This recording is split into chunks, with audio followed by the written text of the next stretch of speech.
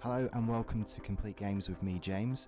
Just a quick video on the Extra Life stream. Just some notes and news on the new content that's going to be released in the Arks Genisis expansion. I've just put a video together and edited down the Extra Life live stream that they did just to cut it down. I managed to cut it down to about 30 minutes, but there's some really interesting stuff that the developers were talking about, and I'm just going to leave them to talk about it.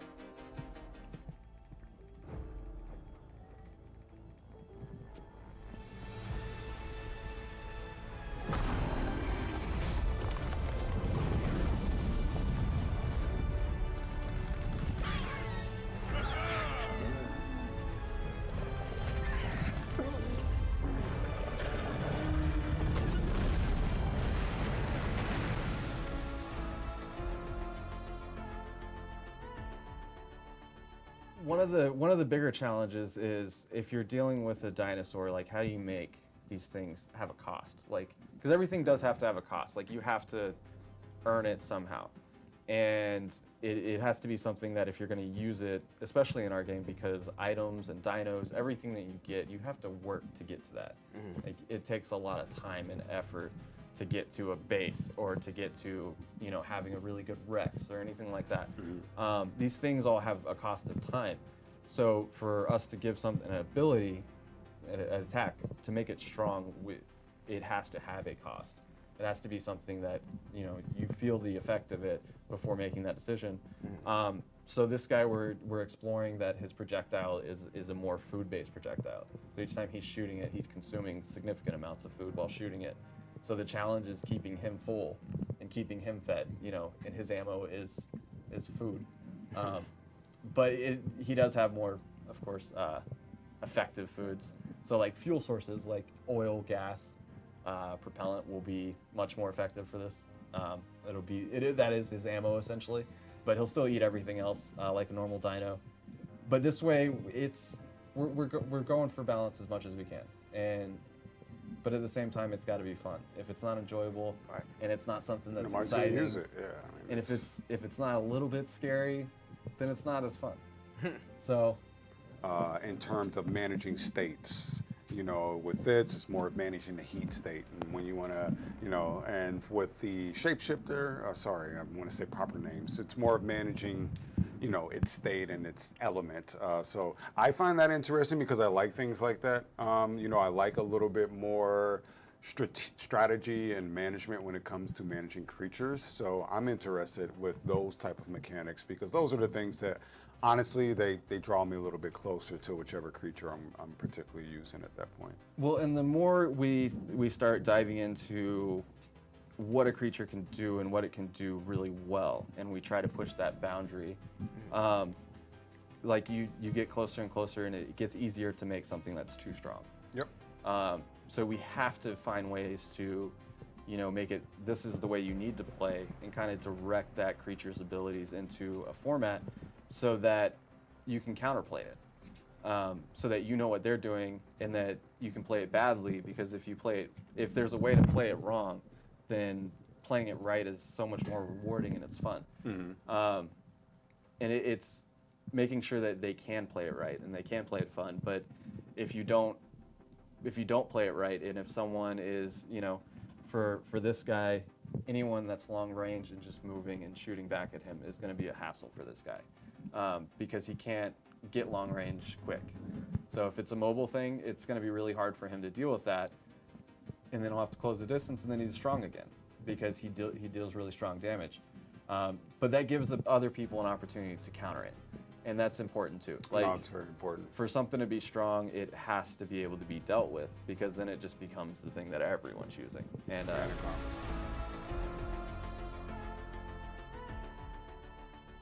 we're going to talk about the FEROX. FEROX. Well, we've already seen him. Everyone's already actually seen some of him from the trailer, and they've seen the core part of his main feature. What is his main feature? Just in case people didn't. We'll get into that. Oh, he's got a flow. But this is a adorable little guy. At least when you see him most of the time, he's very fluffy. And he's actually a very helpful pet, just as a shoulder pet. And you can carry him around and walk around with him once you've tamed him as your shoulder-mounted pet. and he will give you heat. He'll even sometimes look for element and tell you when there's some nearby and dig it out of the ground. But then he's got this other mode to him, this other ability. This bad boy vibe. He likes element. He likes it a lot, and element has a unique reaction to his chemistry, his body, and he transforms into this massive just beast, this monster thing. And once he gets into that form, he's a machine. He's fast. He has some really nice attacks. And then on top of just normal swiping attacks that he can do while moving and running, he's also got a pounce that he'll pin something down, give it a few punches, and then throw it away.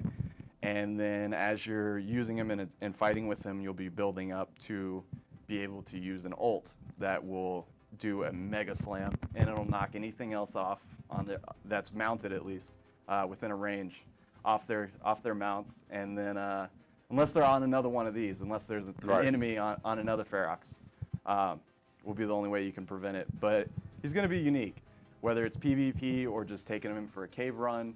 You know, you don't want to have to bring around cryopods everywhere. You know, this guy is almost a natural cryopod. Yeah. You know, it's two creatures in one. And then his movement modes while he's in big form are quite impressive. He's fast, first of all, which is usually just enough. Speed in our game is huge. But he also has a consecutive leaping ability. He'll do one jump, and then if you time it right, you can set up a second springier jump that'll go even further and a little bit faster, and he starts just building up.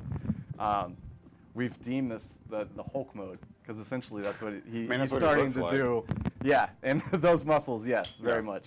And then if you hit a wall or a rock, similar to the Deinonychus, he'll be able to continue running up and pouncing and leaping from location to location. So he is now your portable, just battle tank / movable mount. All this stuff does have a cost, though. Right.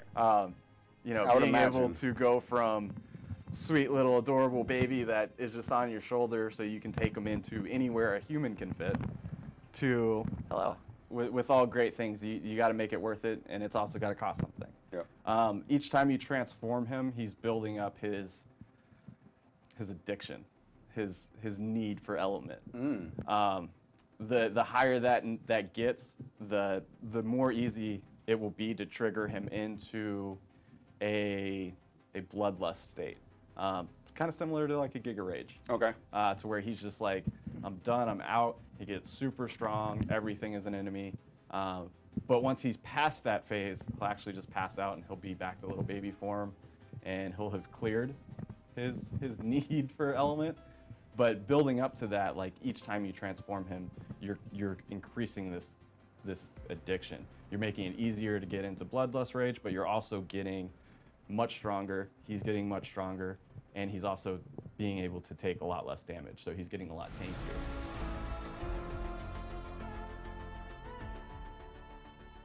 Next is our ocean platform. It's a platform. It's got holes. It's a platform. It's got holes in the middle. Look at his descriptions. His descriptions of these have gotten things. slowly quicker and faster and more fine-tuned and You direct. got a Trying hole your in the best. middle. It's It's a actually platform. You build stuff on it. It has an open hole in the center. It gives you the option to build a cage for your water dinos to actually protect them in open waters while you sign off. Or you can close it off. For this? The AMD Ryzen. Or you can do both and still close off the top with foundations and use it as your full-on base. The metal platform gets quite large, and the wooden platform fits in the middle of the metal platform for easy space fillage, because filling up the metal platform with just foundations is quite extensive too. This is for after. Because it is big. Oh, we're getting a lot of donations in too. That's for later. To read off in a little bit. All right, and then, and back to the platforms. They will degrade over time, so they are something that require active upkeep, just to make sure that they don't end up like rafts used to get, where they're just everywhere and parked and left around and blocking things. So you will have to be actively using them to keep going, and it will cost materials to keep them.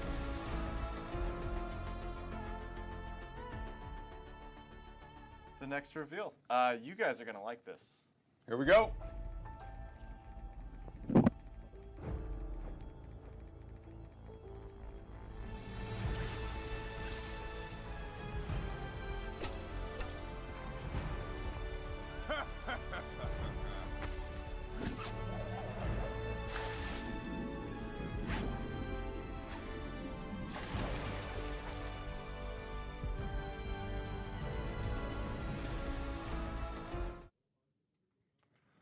I love that one. Do you? Yeah, it's I love it. adorable. Is it? The I like your description of adorable. well, they did an awesome setup and how to show off the benefits of the fishing net. So we can swap to the concept art. So this is our fishing net. We always want to make sure we have something for primitive players, I love for the it. lower scale players. We want to add something new to the early game. And one of the problems with the fishing pole is that it's very difficult to use without a chair, without somewhere safe to place a chair down. And then getting bait is very difficult. And it's more of a mid-game fishing item or fish-related item because you're getting loot from it too. Right. It's not the greatest loot. It's not the best loot that you can get in the game, but it's definitely good loot. And you need, hard-to-get items for that bait. So the fishing net serves the purpose of the primitive player being able to get an easy access to meat. So anywhere you have fish, this becomes a great way to get fish meat.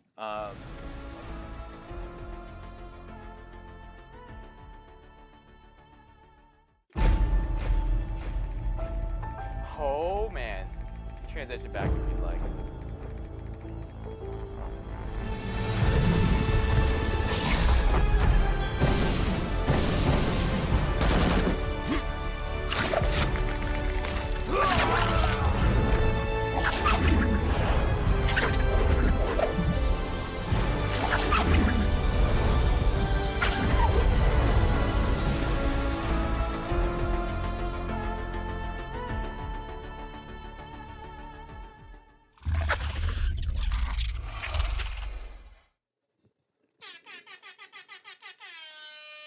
That was pretty awesome, right? He thought we were joking. We were talking about this. So then you can swap it to the concept art. Good sir. Oh my gosh. So let us introduce you to our Bloodstalker. This guy is awesome. This is a very, very, very cool and very unique creature. He is an otherworldly life form, and it's able to produce its own means of defense and transportation biologically. As you can see, it's webs that shoot out. You can either use them to grab something and pull it towards them and pull it in and then start sucking its blood, or it can use it to swing, like some familiar swingers we've seen in many different games. Yes. But you will be able to have a massive amount of movement. You got a few shots of one of our biomes. I think it was more of that than we've maybe shown. No, Yeah. don't worry about that. But you'll definitely notice there's a lot of really big trees. So this environment is fantastic for this creature, but is also quite useful in many, many, many other places. The webs, it can shoot up to 2 webs. Each web is actually running physics, so you can either shoot a single web and just initiate swings from a fixed point, or you can attach one web and then attach another web and use that to create a force directly towards and launch yourself forwards, or even pull back as if a slingshot to launch forwards. And then once in the air, he has quite a few abilities. You can actually slow down your fall and your movement by spreading out your legs and gliding down, or you can actually stick to walls or stick to any surface. Especially useful if you're trying to set up for grabbing something walking by. You will definitely find these in the wild doing that, waiting for unsuspecting prey to walk by. Their swinging has a momentum carrying mechanic. The faster you're going, the further you're falling, the faster your swing will start getting. So one of the key things for this and just general for moving in it is to get up really high, or to try to gain height before you start really going into swinging movement.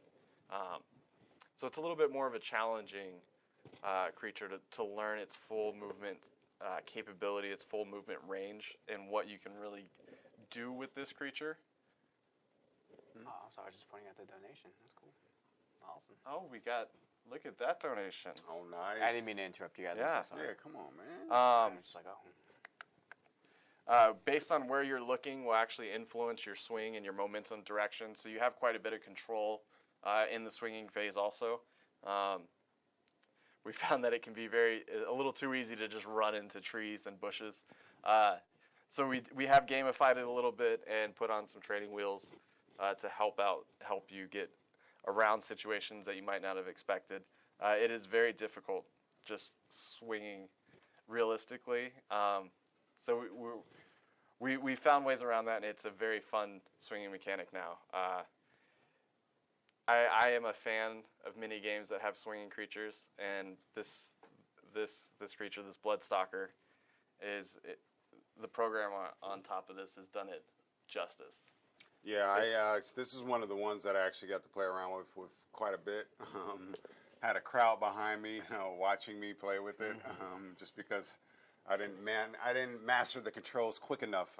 But no, it is a fun and challenging creature to maneuver. But once you do get the hang of it, I mean, I think it's going to be nothing like it as far as what people can move. Like I don't know another creature in the game that moves like this. No, we definitely we haven't had anything close to this before, and I find it hard to even describe its swinging as a single relation to a single other game.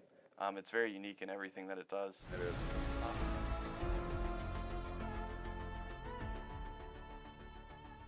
Next we have our tech remote guided missile, very similar to a current Javelin missile, but the difference being after launching it off, you have control of the missile and you can direct it wherever you want. It follows your camera, and it is very fast. It is very strong. It looks beautiful. You can send a message with it. You can also paint it. It's a very fun thing to fly. Even more satisfying when you do land a direct hit on someone as they're running away. Nice. Accompanied with a beautiful teaser. Tech alarm system and pressure plate. These are two of our newest items and a brand new type of item. These will detect things, and you can set the criteria for what gets detected based on them being an enemy, a friendly, a dino, a player, and you can set different reactions and what would get triggered and what pin codes should get activated, deactivated, or just toggled based on detecting these certain specific things. So you can have different actions for friendlies, you can have a different action for a hostile. And this is just a way for players to set up an event system. The pressure plate is a much more limited version of that. It only detects things that are on it.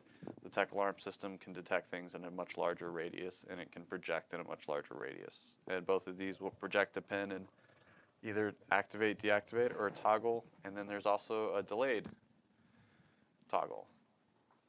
Options. All kinds of options. All kinds of options. And next we have our tech jump pad. Also part of the same class of, tool set items or multifunction items or customizable items. This pad you can set and tell it to face whatever direction you're looking, and then set the angle and set the power of the jump or the launching mechanism, and it'll consistently launch you in the same direction, the same height, or the same amount up, and then you have control over where you're landing and some adjustments. So these are great for interior bases where you don't want to build a staircase for like a very large change in terrain or vertical distance, or just for fun, or you can scatter them throughout the map so that they just make getting around much easier. Cliffs especially would be great for this. Anytime you have a big cliff face that you don't want to go around anymore, you don't want to have to build that giant structure system to get all the way up to that cliff, you could just place one of these at the bottom of it. Yeah, that's cool. Aim it the right way, and then now you have your permanent access point. Going down the same way too. Yeah.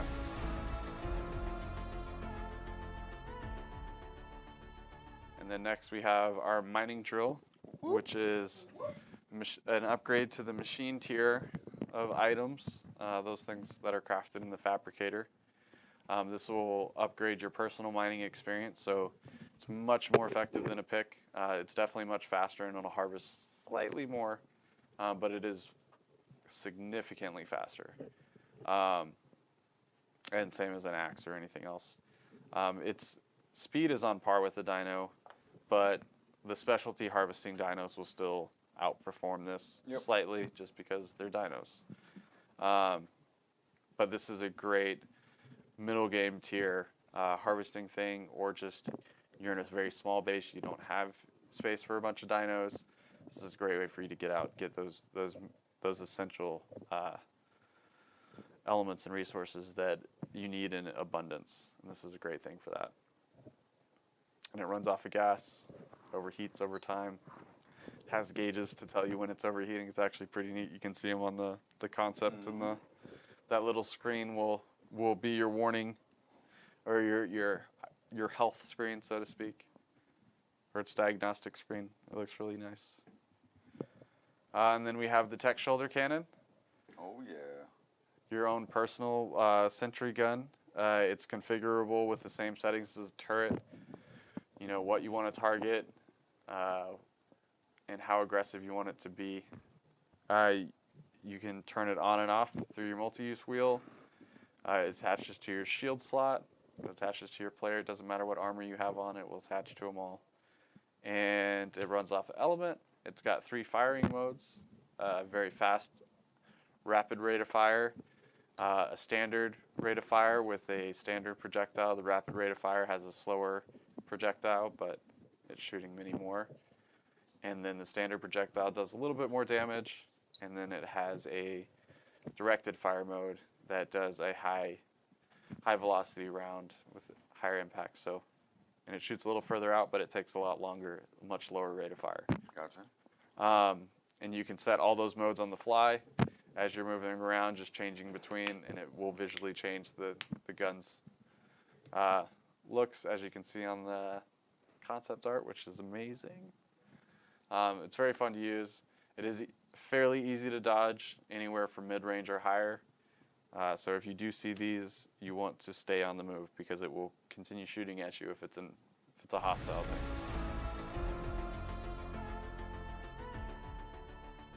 Yeah, let's give it to him one more time, just to give him a full video.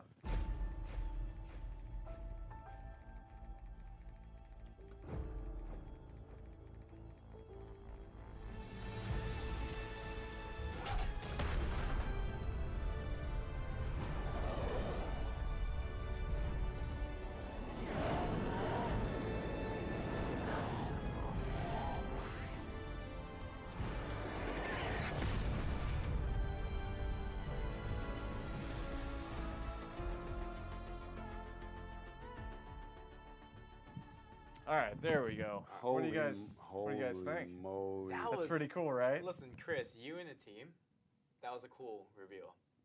Mm-hmm. All right, you ready? Let's go swap over to the other PC if you're good, Luke. Oops, that's the wrong one. Oh no, man. Oh no. Press the button over there. Press the button over there. Press the button over there. Chris. So this is our Which tech button? cruise launcher. Just press right. Or There we go.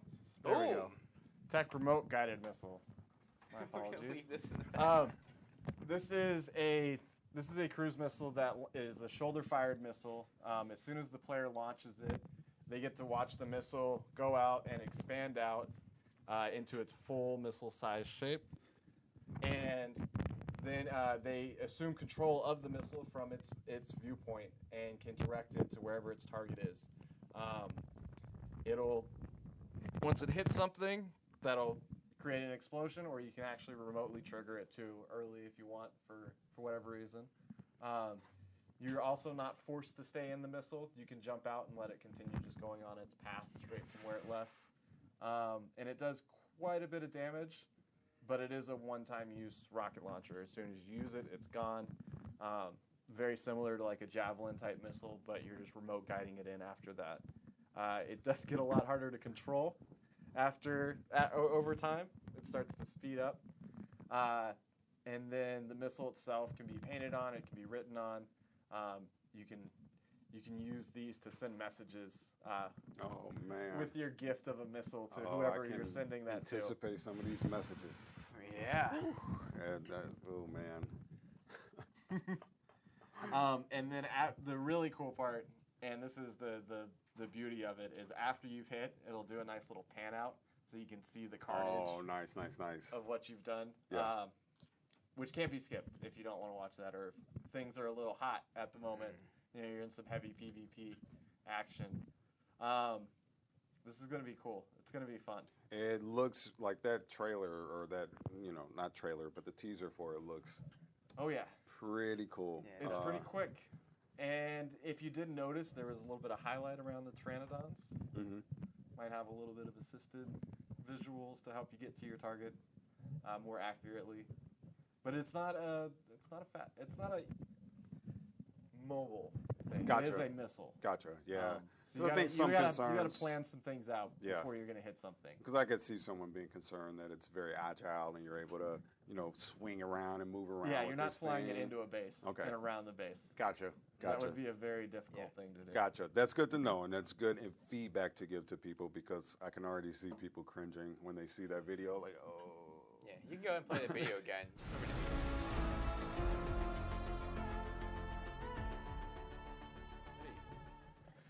And this is it. This is the Moeder. Motor. Moeder? Motor. This is going to be it's going to take me some time to be able to say this right, because it's not a normal enunciation I think I was talking to Chris about this. that I'm familiar with. It's motor. Moeder. Yeah, I think Chris was trying. I was telling Chris that I probably would not be able to pronounce this, and he helped me out. So I'm probably still butchering it because I'm sleepy now. But I think it was motor. Moeder. Chad is probably like, man, these guys are like, yeah, it's motor. Let's do that. Let's go with that. So what Moeder is, this Moeder, she is our underwater midway boss, like our sub-boss. And this is a purely underwater fight. It's in a big, giant, massive cavern. Plenty of room to move around. It's not too cramped or anything like that. She has some babies. You got to fight the babies.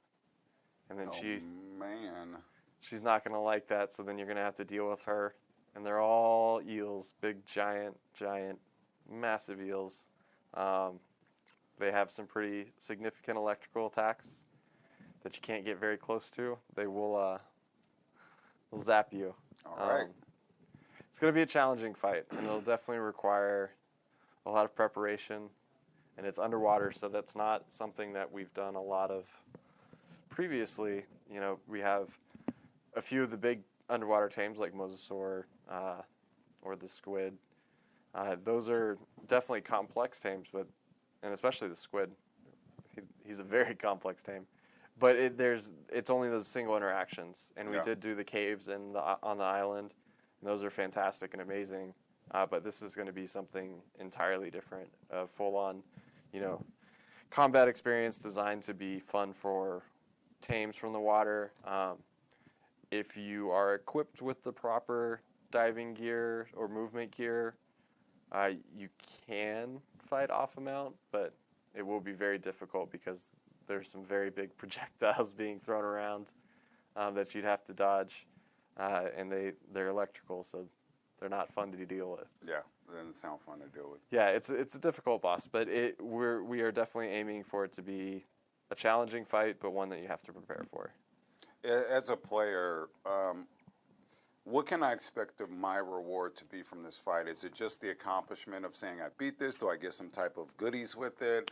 Is it strictly just something that I want to do for an accomplishment, or could I expect to see something else? You need something more other than bragging rights? I mean, some people do. I mean, I don't, but...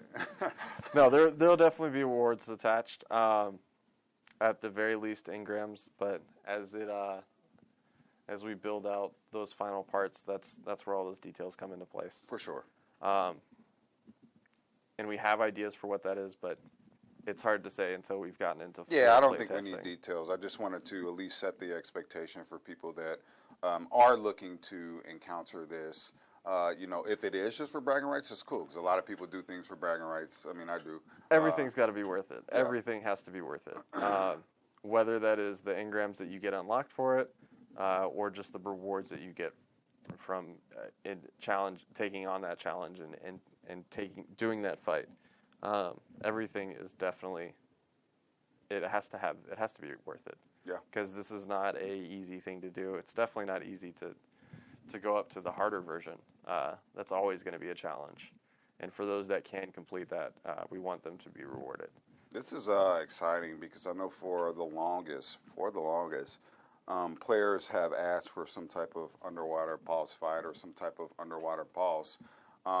You know, and it's something that I'm really looking forward to, not because I would actually do it, because I don't get into the water in games, but I am looking forward to it because it is something that I know people have requested, people have asked for, people have been looking forward to, very similar to, you know, some things that people saw in our Genesis, you know, reveal. There was a particular creature in there that everybody has asked me for, and I've seen in the community. So we're getting to add some of those things in Genesis, which I think is really cool.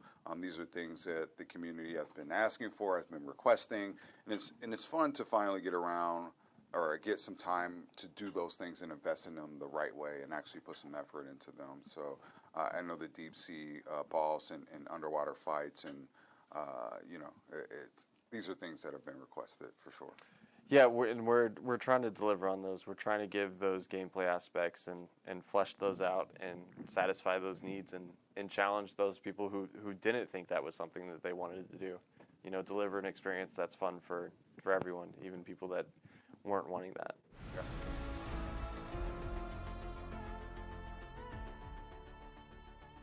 And here Wow, we go. there So we go. we've got quite a surprise for you guys. As you know, there's going to be a lot of unique biomes in Genesis, and with those biomes are going to be some very unique dinos with new skins for them. These are just a few of the ones that we have. As you can see there, we've got the Allosaurus, the Paraceratherium, the Parasaur, the Mosasaurus, Spino, Raptor, Tapiara, and the Saber. I think if you take a good look at them, you can kind of see what biomes they're representing. And that each one of these dinos will have a, similar to the aberrant dinos, they'll have some slightly adjusted stats. So these are more valuable to the player. Will they be able to tame these? Yeah, they'll absolutely be able to tame these. So in the, let's say, the bog area where the Parasaur looks like it might reside, in the bog area, all the Parasaurs will be that kind of Parasaur. Okay. And you will be able to bring them to the maps and, you know, take them to there and show people your dinosaur that's unique to Genesis, unique from Genesis, and we will have quite a few for each biome. Now, this is, while it may not seem like a lot, this is actually pretty big. And honestly, you know, one of the things I hear about, at least with things that people want in events, is people definitely like different colored dinos and different, you know, regions on dinos and things like that. So I think this is going to be really exciting because although it is the same creature with slightly adjusted stats, as Zane said, I feel like these reskins are a little bit more than the reskins that we typically do. Well, and it's the creatures that are already very used and very useful. Yep. Just giving them a new flavor, a new twist, and those stats that you're getting are definitely a benefit if you're trying to min-max, if you're trying to get the best dino possible. These will get you something that's a little bit better than anything else as far as, and I don't want to misquote the stat because we've changed which ones we're using. It's either health or damage. But as far as that stat goes that gets boosted, this will be the absolute best that you can't get. Nice. So if you do want to go for that best line and you want the best damage or health, I can't remember. I need to look at my notes again. It's been a lot. It's been a long time since we started doing these guys. But they will have a boost that will put them a step above every other dino from the island or anywhere else. And they also look extremely unique. Yep. Get a new flavor on each one of these guys. So this could be something considered for PvE. You know, the PvE people were in here and saying nothing was in the DLC. I know that we've gotten quite a bit for PvE. No, we do. I'm just bringing up more things that could also be There was a point used where in I PvE. remember we were PvE only devs. Mm-hmm.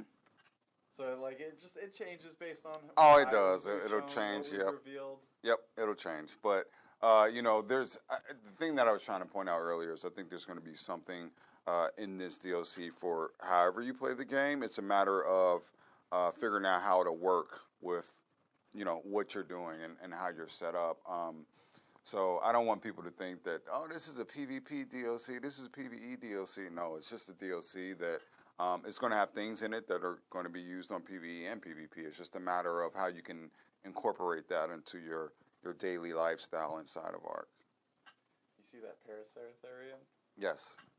The leopard print? It looks kind of cool. It does. I like it. Unique. I like it. I like the Raptor too. I like. Yeah. Oh, the Raptor's pretty. The Spino I love. I like all of them. I'm being honest. Like all of them, I absolutely love. Like, I love these skins and I love these changes. And I think it kind of makes sense also because, you know, biome, when a creature is in a certain habitat, they're obviously going to evolve a little bit for that habitat. So it feels a little bit more immersive to me to have dinos or creatures that seem like they are in that habitat, and these obviously do seem like they come from or have been in that habitat for a while, and they have to adapt to, you know, things that are around them. So.